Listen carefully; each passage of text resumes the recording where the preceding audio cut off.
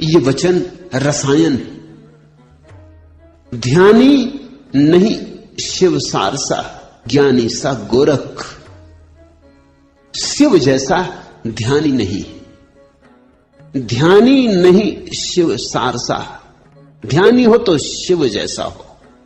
क्या अर्थ है? ध्यान का अर्थ होता है न विचार, न वासना, न स्मृति, न कल्पना। ध्यान का अर्थ होता है भीतर सिर्फ होना मात्र।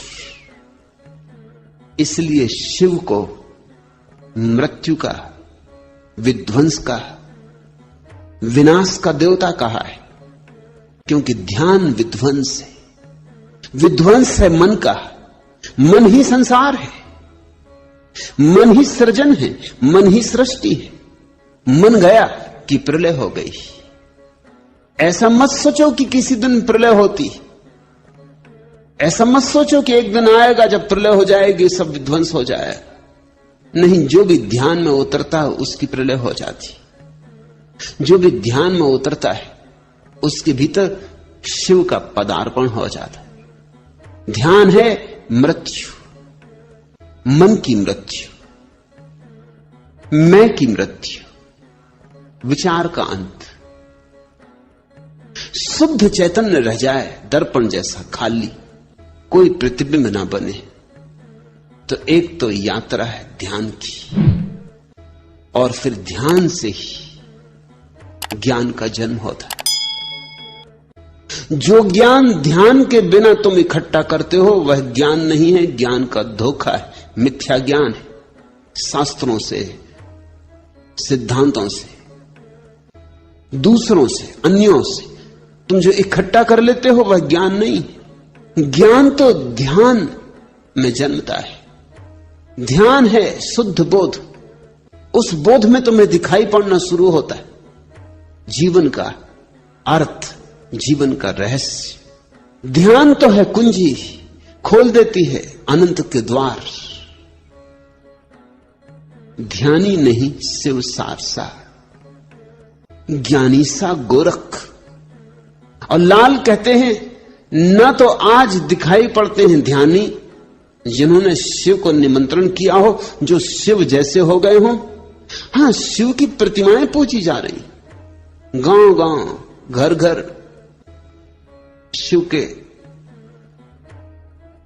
आराधन पूजन के आयोजन चल रहे हैं। जितनी शिव की प्रतिमाएं हैं उतनी तो किसी और की नहीं। सरल भी है, कहीं से भी गोल पत्थर ढूंढ के रख दो किसी भी झाड़ के नीचे और शिव की प्रतिमा निर्मित हो गई। शिवलिंग कहीं से भी ढूंढ लाओ और किसी भी पेड़ के नीचे बिठा दो, छप्पर की भी कोई जरूरत नहीं। शिव की जगह जगह पूजा हो रही, लेकिन शिव पूजा की बात नहीं है, शिवत्व उपलब्धि की बात है। वो जो शिवलिंग तुमने देखा है बाहर मंदिरों में, वृक्षों के नीचे, तुमने कभी ख्याल नहीं किया उसका आकार ज्योति का आकार है, जैसे दिए की ज्योति का आकार होता है। शिवलिंग अंतर ज्योति का प्रतीक है।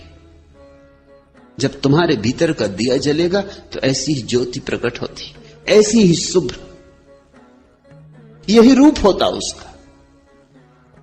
और ज्योति बढ़ती जाती, और धीरे धीरे ज्योतिर्मय व्यक्ति के चारों तरफ एक आभा मंडल होता है। उस आभा मंडल की आकृति भी अंडाकार होती। रहस्यवादियों ने तो इस सत्य को सदियों पहले जान लिया था, लेकिन इसके लिए कोई वैज्ञानिक प्रमाण उनके पास नहीं थे।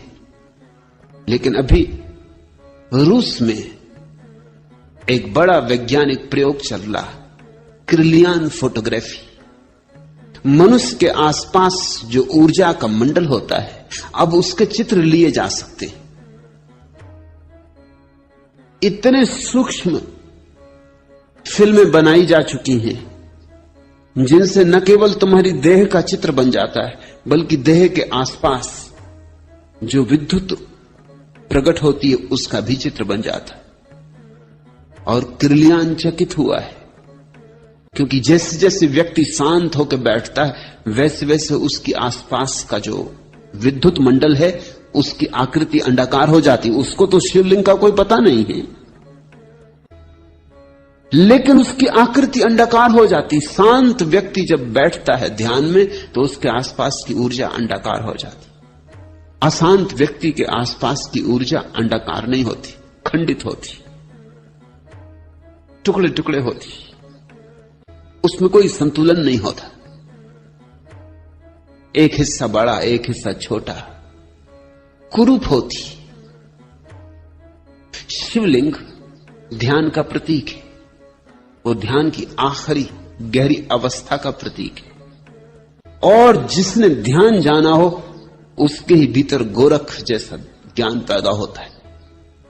संतों की परंपरा में गोरख का बड़ा मूल्य है, क्योंकि गोरख ने जितनी ध्यान को पाने की विधियां दी उतनी किसी ने नहीं दी। गोरख ने जितने द्वार ध्यान के खोले किसी ने नहीं खोले।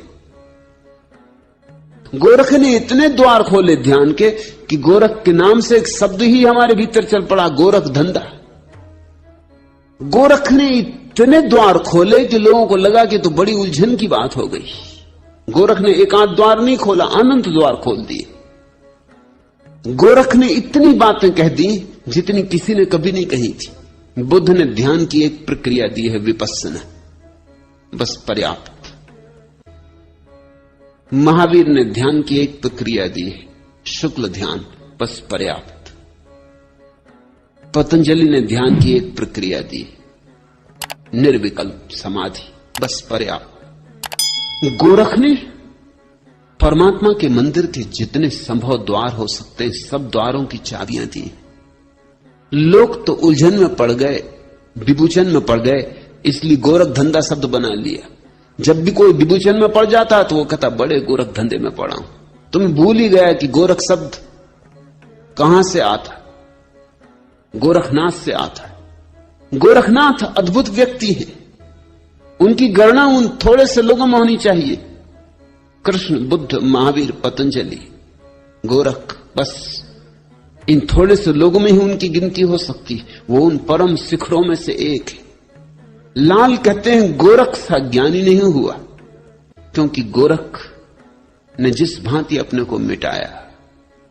गोरख कहते हैं मरो है जोगी मरो, मरो मरण है मीठा, तिस मरणी मरो जिस मरणी मर गोरख दीठा।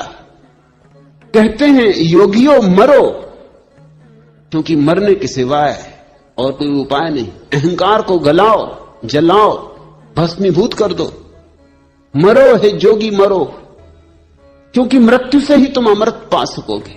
मरो मरण है मीठा। गोरख कहते हैं इससे बड़ी कोई मीठी अनुभूति नहीं है दुनिया में। अहंकार के जाने पर मिठास ही मिठास छूट जाती। अहंकार कड़वा है, नीम सा कड़वा है। अहंकार जहर है और हम उसी जहर से भरे जीते, उसी को हम जिंदगी कहते। फिर स्वभावतः हमारी जिंदगी में अगर सिवाय दुख, पीड़ा और कांटों के कुछ भी नहीं होता तो आश्चर्य नहीं। फिर अगर हमारा जीवन एक नर्क की कथा ही होती तो कुछ आश्चर्य नहीं। गोरख कहते हैं मरो मरण है मीठा।